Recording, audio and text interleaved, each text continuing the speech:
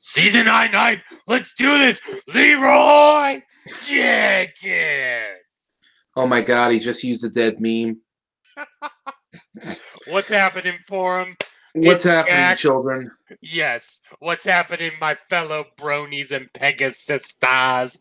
We back. It's season 9 time. We're going to be talking about this 30-second trailer for the next 20 to 40 minutes. Let's do it.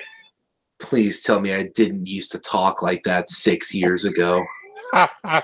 I have no idea. I don't Anyway, yeah, no, this trailer, this trailer brings the hype. Friendship is Magic has a way of bringing hype in ways that can only be rivaled by, whenever Square Enix announces a Kingdom Hearts game, or for a Final Fantasy project that they're never going to finish.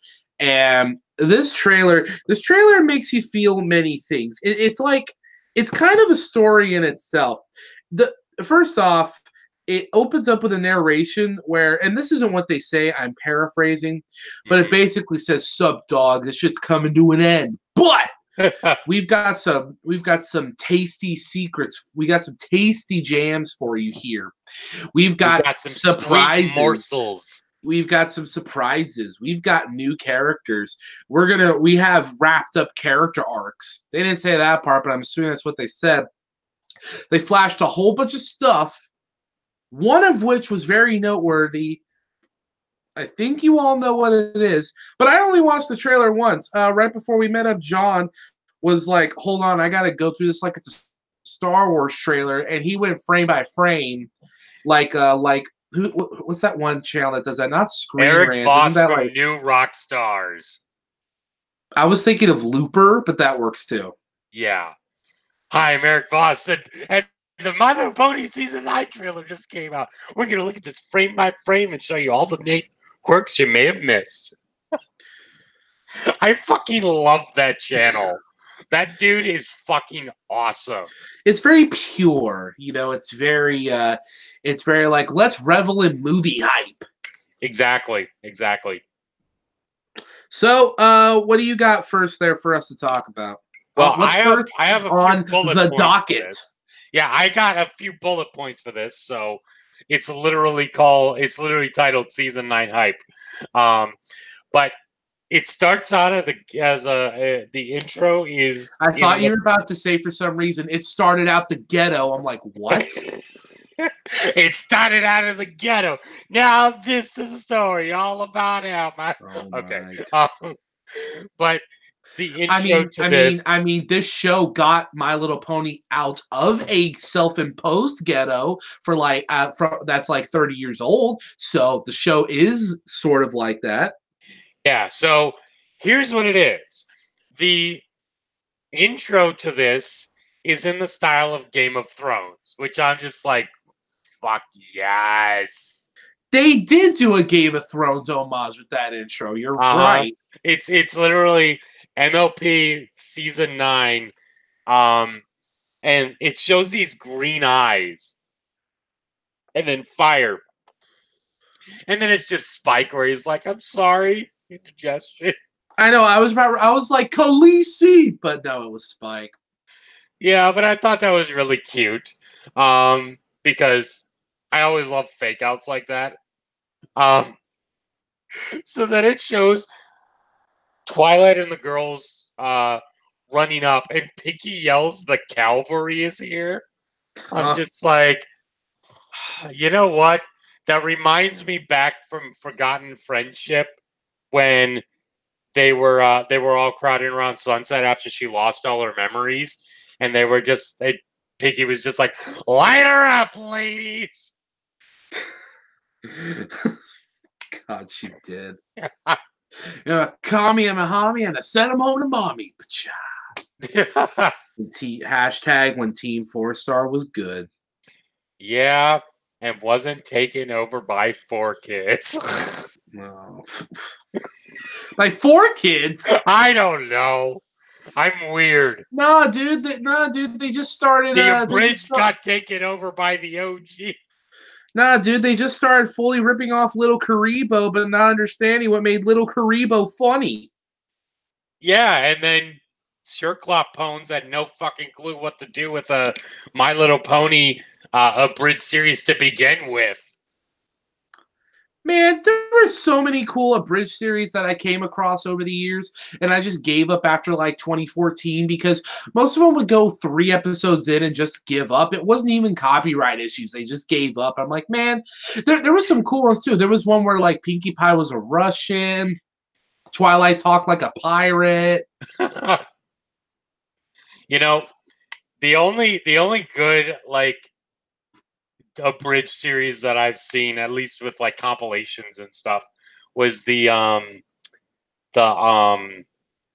Yu-Gi-Oh! Abridged, where it's like Bandit Keith is just like, I knew him once in America. I'm wearing sunglasses in a cave. It's making my eyesight all poor and shit, but I'm going to continue wearing them because I'm an American.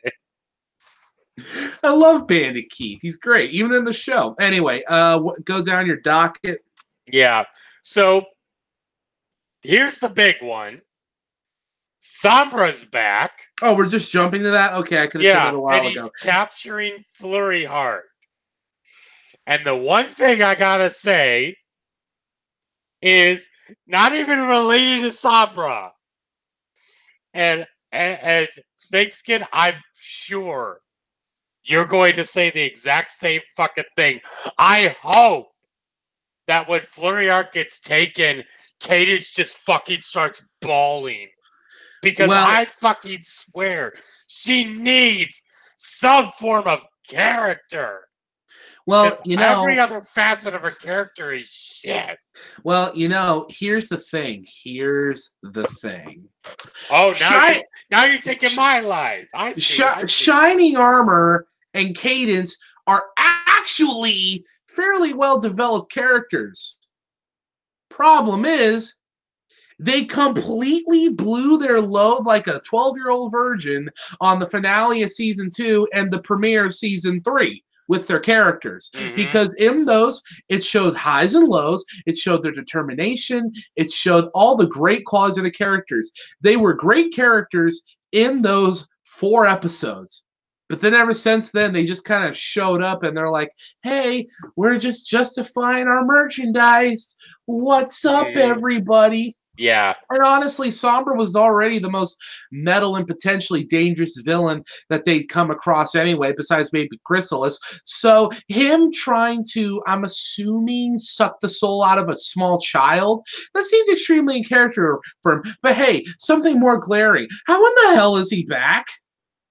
I'm gonna say, I really hope this isn't one of them bait and switch things for ratings where it looks like there's an episode or a finale where he came back, but in reality they accidentally just got transported to another world or something like that. Well, considering that Sombra himself, from what we could gather, seemed very much of a shadow type creature, almost like he has a pony form and like a spirit form. He's essentially a Heartless from Kingdom Hearts. Yeah. So in that respect, I would think that his horn, like if you remember when his horn got cut off, at the with Cadence's love shield, that it started creating dark magic around it. Love shield. Yeah. I'm thinking to myself, yeah, we saw the horn fly away, so that leads me to believe that that horn still had some essence of being able to bring Sombra back. Here's the thing though, and that everyone else is gonna point it out the millisecond that episode drops. They probably pointed it out when they saw the trailer. Realistically, there's no reason whatsoever that dude should still be alive. They could try to say it was some kind of like temporal magical flux from some crap the Ice King did. They could try to say it had something to do with the Shadow Pony from the end of season 7. They could try to say that it was a lot of things. But realistically, that dude exploded. He died. And look, he's not like Chrysalis. He's not like Discord. He's not like Nightmare Moon. Forget the stuff with Starlight at the end of season 5. Okay, minus that, he has not been seen, heard from, or anything for years. Like literal years. People are like, man, it feels just like yesterday. That no, dude, it's been eons since Sombra showed up. Do you remember? It's been 2013. Do people not realize how long ago that was? Do people not realize how different the world was? Do people not realize how different life was for all of us? No, Sombra has been away for a hot minute. Not even a hot minute. He's been away a hot hour. There is no freaking way they can actually pull some. They're going to have to pull something out of their flanks to justify him coming back. Just like they do with every other fucking villain in this show. No, Chrysalis never died. Discord got turned to stone, but that didn't kill him. Nightmare Moon, I mean, it makes sense for her to never show up again except in things because she's part of Luna. Starlight got reformed, and so did the Shadow Pony. The only other villain that they could bring back that would be more preposterous would literally be the Ice King. I have no idea how they're going to try to do that potentially with the You mean the Storm King? Yeah, the Storm King. Sorry, is the Ice King? That's Adventure Time. No, is the Storm King.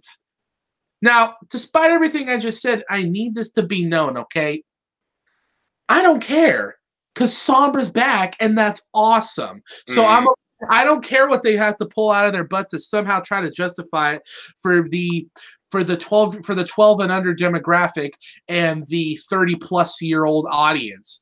I don't care. So Edgelord Pony's back, and that's all I care about. Hopefully he says more than crystal slaves. I don't care. He's back, and that's awesome. I hope he kills somebody. You know what? I'll tell you this. Just to resurrect a dead meme from season 8, he decided to explode and die. Yeah, I'm funny. Anyway, what was next? Next is that the Tree of Harmony gets fucked up. There's this like crystal thing that just shoots right through the tree, and the elements get fucked up as a result. Do you remember that plot device that hasn't been seen since season 4? No, it's been seen since season 7. Yeah, no, I was just about to say that. Oh, okay. Cut off Christopherson. Yeah.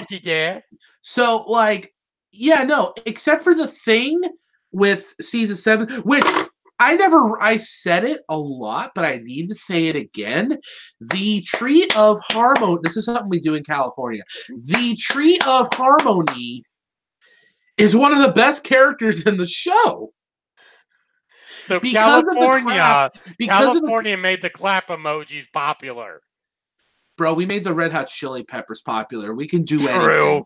So, California, Equestria's like California. Not really. Anyway, the point I'm getting at is that the Tree of Harmony is one of the best characters in the show since season 7 because of that thing near the end of the finale. It was that stuff with the secret test of characters against the new 6 or the young 6 or whatever. That was awesome. But until that and the Chrysalis episode, again, let me get my voice high enough for effect. It was not seen or heard from in 4 years. Now, again, there was no need to go back to it because the whole point of the Tree of Harmony was literally to say, hey, man, I'm basically a magical suitcase that you can put the elements of harmony here. You don't really need them anymore because y'all have been embedded with its powers. So that's 2. That's 3. We got rid of the lessons. We got rid of the treehouse. And now we got rid of the elements of harmony. People are going to say the show's trying to move on, but the thick boy here calls it character development. So the Tree of Harmony getting destroyed, that's lame, but I hope something cool comes of it.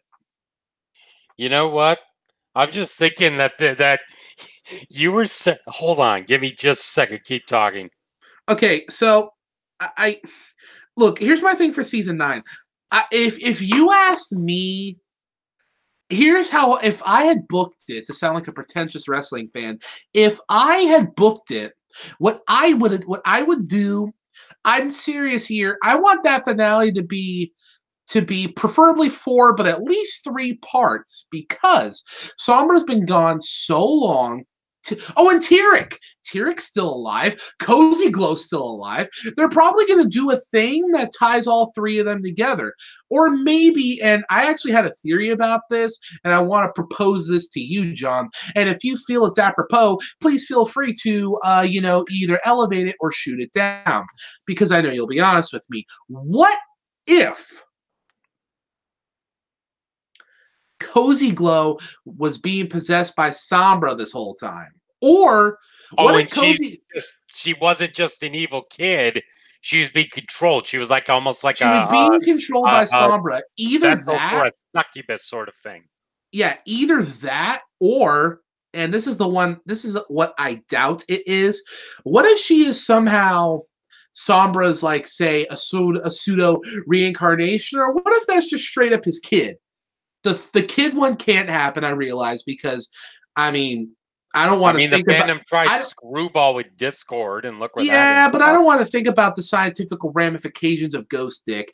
And the, the possessed thing, I'm pretty certain about. And don't get me wrong, I would prefer Cozy Glow remain her own villain, because she's the most unique villain the show has had besides Starlight once upon a time. But I would love the idea of the 3 of them teaming up. And what's great is, if you split the finale into 3 parts, you could spend like 2 episodes building up to it in the background, but then each part is them like Sombra gets a focus episode, Cozy Glow gets a focus episode, and Tyrik gets a focus episode. In the end, I feel like it should be Tyrik, because out of everybody else, and you got Chrysalis there too. So unless Chrysalis makes a face turn, which there's 4 bad guys. One of them's at least becoming a good guy, and my money's on Chrysalis. So let's say hypothetically they all use Chrysalis. The 3 use Chrysalis to fulfill some goal. They betray her, and then Chrysalis helps the good guys out of necessity to take all 3 of them down. And then we see this really sick visual of Twilight, Luna Celestia, Chrysalis, and Cadence all shooting energy beams that kill Sombra again and just freaking spirit bomb Tyrik straight to hell. Damn. Now, going back to what you were saying with the Tree of Harmony, that it was almost like a suitcase. I was literally thinking of Stuffwell from Mario and Luigi Partners in Time, a sentient suitcase. Nice of the princess to get us a suitcase, eh, Luigi? I hope she brought lots of spaghetti in there. I hope she remembered to check it for bugs. Oh, God. Anyway, moving on. You like my theory, bro? Yeah, dude, your theory is fucking awesome. I don't want to think about it too much, because then I'll get sad when I realize probably none of that is going to happen. But hey, it's just a theory. A pony theory. Thanks for watching. That was... Never say that any of that ever again. What's your next doctored point? My next doctored point is they, instead of, like, you know how there's been different, like, shapes that have been taken whenever the elements of harmony have been used? Yeah, I just chalked that up to... This time it's a fucking circle. Yeah, I just chalked that up to inconsistent animation. Yeah, but it's a circle. And then immediately after, right before the whole thing, like, wipes the screen, you see that a lot of characters that are in Canterlot, Spike, Starlight, the Cakes kids, what's her name? The veterinarian pony. They all have green eyes, like glowing green eyes.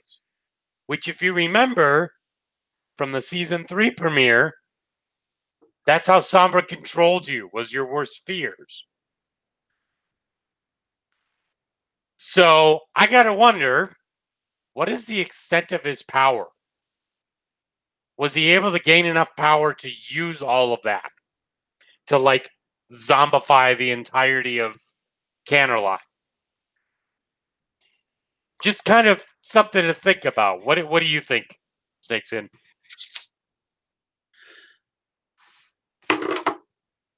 I think Moondancer is going to be a secret villain.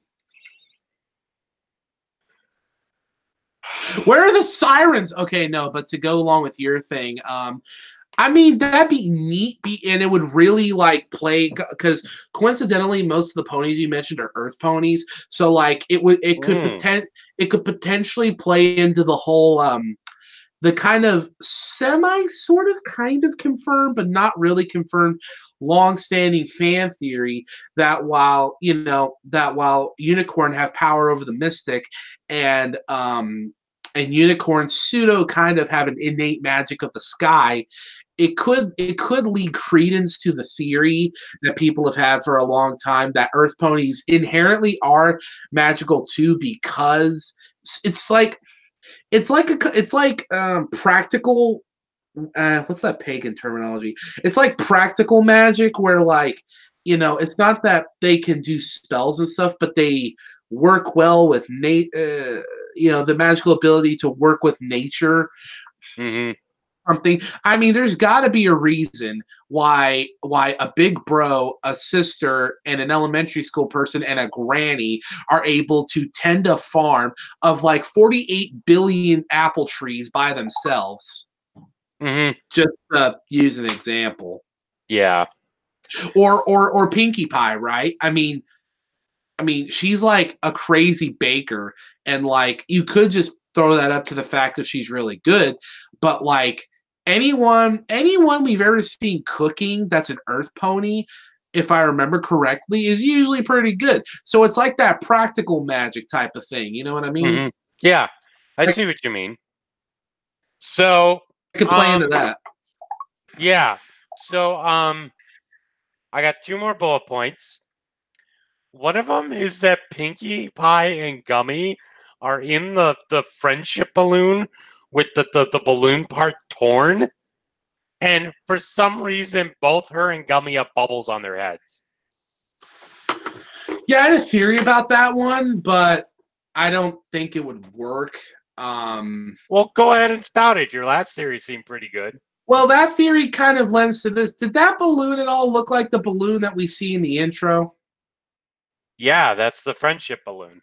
Okay, that's what I thought. So what I think could be a potential spot in the show this season, and what I thought that spot could have been, they're gonna try to like recreate the intro at some point during season 9 to bookmark the entire journey we've been on for 10 years, and they're gonna do that, but then something's gonna happen, and then the balloon's gonna go haywire or whatever. But dude, wouldn't that be just such a tear-jerking way for the show to end, with somehow, some way they just recreate the balloon landing, in Ponyville, but instead of landing in it, it's leaving it or something? That would get me. If they did that, that would actually get me. Yeah, kind of like how they did the whole thing in Furious 7. Oh god. Oh, what's that song? It's been a long day of watching ponies. And on Netflix, I'll tell you all about it when I see you again. Oh, it's like on Netflix and reruns, I'll see you again. Dude, I'm gonna get teary-eyed thinking about it. Yeah. So, and Only then a couple things that make me cry. There's like Metal Gear Kingdom Hearts, half the stuff Disney does, and when this show ends, that's gonna punch me so hard in my balls. Mm-hmm. Yeah, I totally agree, because again, like we were saying last time, is the fact that this show has meant so much to us that seeing it end is it's definitely gonna. If they can get me again, like they did with the fucking season 3 finale, where I'm misty-eyed the whole time, I'll be happy. I really will. Yeah. Yeah, it's been a big part of our lives. I mean, it's what got my YouTube channel started. It's how we met. And I said this last time, but I'm going to say it again because it's funny. It was part of your wedding vows. Yeah. So, like, you know, in fact, going along with what that was saying, I know we mentioned that Archie's remix was in the recessional. Yeah. But our first dance was to My Cadence by Ponyphonic. Is that not a dope song? Yeah, what? I said, is that not a dope song? Oh, it's amazing. And yeah, but then it's funny. When I first heard it, I was like, I want to dance to this at my wedding. I want this to be the first dance. And when I showed Katie that, she's like, yeah, well, let's fucking do it. That's probably what she said too. Yeah. So let's McFreaking do it. The last thing that I want to talk about. The main 6 are charging in with garden tools. Okay, so here's what happened. I was able to hack into DHX. Here's what's going down with them garden tools. Poison Ivy from DC Comics comes to Equestria. she's going to use her plants to take over the land. No, she goes to Equestria and she's like, there are no humans here. This place is beautiful. But then it needs to show her like in the background watching like the main 6 fight somebody, and they're like, even without humans, this place is overrun with, I don't know, uncultured brutes or something. And then using the power of Equestria, she starts to go on a full... I need to stop talking about that because you don't understand how well that could work. Dude, if Poison Ivy's been here, I gotta say, she was the one that was causing the Everfree Forest to invade. That actually works! I know, right? She did that to test her powers, and then when the main 6 are able to beat her, she's like, okay, I'll gather even more powers and watch them from afar. Oh my god, that'd be great. And for the second movie, oh my, she's not even like the greatest DC. She's not even like she's not even the only plant-based DC character. You bring her in, then Swamp Thing shows up and teams up with Equestria. He's like, the green reaches all worlds, and it's just like, you have no idea what I'm talking about. Well, there's a Swamp Thing mark out there somewhere that's just like, I like this guy. Yep. So there's 2 things that could be going on here. One which I would love to happen, but one I think will actually happen. The thing that I would love to happen is they're using the garden tools because the plunder vines from the season 4 premiere are coming back, and they're ready this time. Or what I think will actually happen is they're just setting up a joke of them charging to take care of some like weeds or something. Realistically, that's probably exactly what it is. Maybe they get called by Bayou Pony or something like, or Mage Meadowbrook needs help in the bayou. Yeah, Mage Meadowbrook or the beauty, but by the one pony that was, she represented beauty, but she got turned ugly and old or something. Yeah. That one, yeah. It's called Ugly Old Hag Pony. Now, here's my question. One of the last things I want to ask before we sign off. Do you think we'll get one last Daring Do episode? They didn't mention it at all, and to be honest, the Daring Do stuff got some pretty good closure with Stranger Than Fanfiction, but I mean, I think they could squeeze out one more. Well, they did I think they could rub out one more Daring Do episode. They could splooge out the last one. I think they can I believe that they can. I'm out of euphemisms. Do you think it could happen? Well, we did have Daring Done for season 7, and then Stranger Than Fanfiction was season 6. Sorry, I forgot about Stranger Than. I'm sorry, that was the episode I was thinking of. Yeah, Daring Done with the quest and all that, and Yeah, she's with thinking of retired. Somnambula. Yeah. No, that had some really good closure, I thought, to Daring Do's arc, but It's a possibility, but considering the fact that we didn't see them in season 8 at all, where we had season 2 originally, then season 4, then season 6, and season 7. So honestly, I wouldn't mind a final Daring Do episode, but I could also live without it. It's not that big of a deal for me. It's not like a make it or break it sort of thing. I really, I don't know if I ever told anyone this theory, but I don't know. I'll never get another chance to say it anyway. I've had this in season 4. Okay. Do you remember what was your photo finish? That's a picture perfect pony. Yeah, that's photo finish. Okay. I had a theory a long time ago that because check this out. So yeah, the Anna Wintour pony. Yeah, so like Rainbow Dash and Daring Do literally look exactly the same except swap color palettes. Mm-hmm. And Trixie, if you literally gave her Rainbow Dash's hair, she looks just like her because she's the same shade. I had a theory for a long time that those three were actually sisters or triplets, even maybe, that Photo Finish gave up because she had to pursue her career. But that got janked because they showed us Rainbow Dash's parents. I was so mad. Oh. Yeah.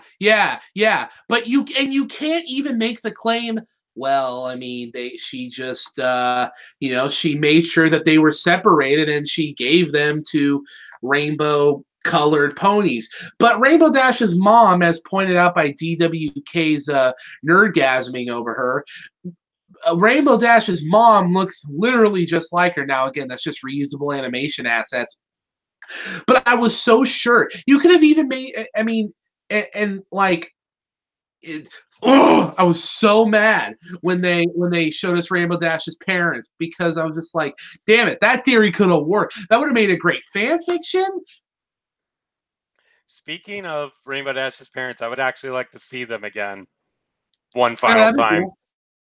But I could just imagine, you know how they celebrated everything that Rainbow Dash does? Mm-hmm. I would love to see it where Rainbow Dash is like failing hard at something and they come in with, streamers and confetti being like, best little cocksucker ever. Oh, Mike. John, no. Okay. One last question, and then this is pretty much all my questions that I'm out of. Okay. You're questioning your question. Well, this is my last question I have, and then my dinner's been ready for like 5 minutes. Do you think? If you will, a 2-line rhyme. Do you think Friendship is Magic will go all the way and make 2 ponies gay? Because in the books, Scootaloo is raised by 2 ants. Yeah. And there is enough homoerotic estrogen levels in this show to freaking fill up a Chippendales. Okay. If they do it, my money's on Trixie and Starlight. They could do it with Rarajack. If they did it, though, my money would be all on Lyra and Bon Bon. Ah, that'd be so easy. Honestly, I still keep remembering that picture. I was about to throw my shoe. What was a direct quote from me? I said, I said that after that last Equestria Girls short movie or whatever, that Rarity and Applejack were about as subtle as Lyra and Bon Bon. I believe I called both of those couples raging lesbians. Mm-hmm. So yeah. Well, honestly, it's one of those things that, like, if they did, like, I get what you mean by Lyra and Bon Bon being too easy. Because I know it's a kids show, but like and this is great. We're progressing more and more in a society where we can actually have openly gay characters on children's television and in I mean, books. that's literally the whole plot of Steven Universe. Exactly, and I work at Barnes and Nobles, and it's in kids' books. It's really straight up stuff like different racial parents, two moms, two dads, and it's awesome. That's amazing. Do you But have more importantly, I wanted to canonize one of my ships. Do you have does Barnes and Noble have that one book where it's like the two daddy frogs or something? No, but you know what we do have? We have the Prince and the Knight. Well, it's about a prince. His parents are trying to wed him off, but then a dragon but he's not interested in any of the princesses. Dragon captures Prince, Knight saves Prince, and then Knight and Prince fall in love. It's like a little kid's picture book, and I'm just like, huh, that's literally the same thing with the princess stories, except it's a prince. Look at that. Well, here's what's funny. With the two daddy frogs, there was one where it was a picture of that. And then it's a picture of Alex Jones just like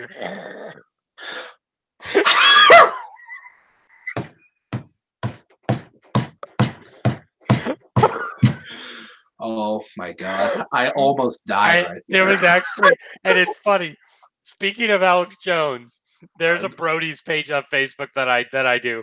And I think it was in either the Bronies page or there's one that's called My Little Pony Ship Posting. One of the two, where literally I posted Chrysalis looking all angry, and it says, "I don't like him putting friendship in the water. It turns the freaking changelings gay." Oh Jesus! And turn the freaking changelings gay. And then I literally put, There's a very thin line between an Alex Jones impression and a Vince McMahon impersonation. Oh my gosh, you're totally right. You're fired. You turned the freaking frogs gay. You're fired. Yeah, you see, it just bleeds into each other. Yeah. But yeah, no, those are basically all the. Or maybe they won't. Maybe they won't gay the ponies now. They'll wait till the second movie, which is the next movie is Gen 4, right? It's a follow-up to the last Friendship is Magic movie. I think so. Did they say that? And it's funny because considering that people are having rumors and speculations that in Frozen 2 Elsa is gay. Well, people have wanted that since about 2014, 2015. That's when it gained steam. It died off. And I don't know, dude. I feel like they're going to do it because everything Frozen does makes money. People talk about it. Like when there's a 30-minute short before Coco and people are pissed.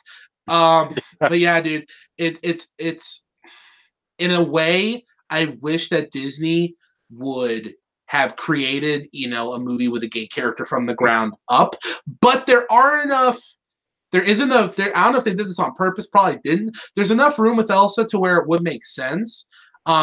Personally, part of me kind of wishes they would do the gay man first because, in my opinion, I think it's easier to write lesbians for some reason. It just seems that way. Well, they already did that side character in the first Frozen where, but you know what I mean. I mean like it's a Disney front song. And center. I mean it's a Disney song where they do the spinning the camera around thing. They have the big old kiss. People are clapping. There's fireworks and stuff. And meanwhile, somewhere else, Mickey Mouse is just sitting on a desk, his feet propped up with the money going. Oh, he's funny. He's doing coke off of Minnie's tail. Give me more of that white sugar. No. Yeah, and that'd be great. And then Donald and Daisy do coke off each other's beats. Cartoon characters doing cocaine is really funny to me. Anyway, that's basically what I got to say about season 9, and I'm hungry. So, any final thoughts? And that's all I got to say about that. And that's all I got to say about that. So, yeah, we're hype. This is really good. And, yeah. April, baby, we coming for you, season 9. April's so busy for me. I've got my dad's birthday, the same as WrestleMania. I've got a Metal Gear Orchestra I'm going through. There's Friendship is Magic. I don't even know how I'm supposed to keep up. Hey, March, if you want to take a while, please do, bro. Yeah, and I'll say this. I'm starting a new job too, so it's gonna be kind of crazy trying to figure everything out that It's way. always But about you. it's all about you. All right. We'll talk to you guys later. Peace out. Adios.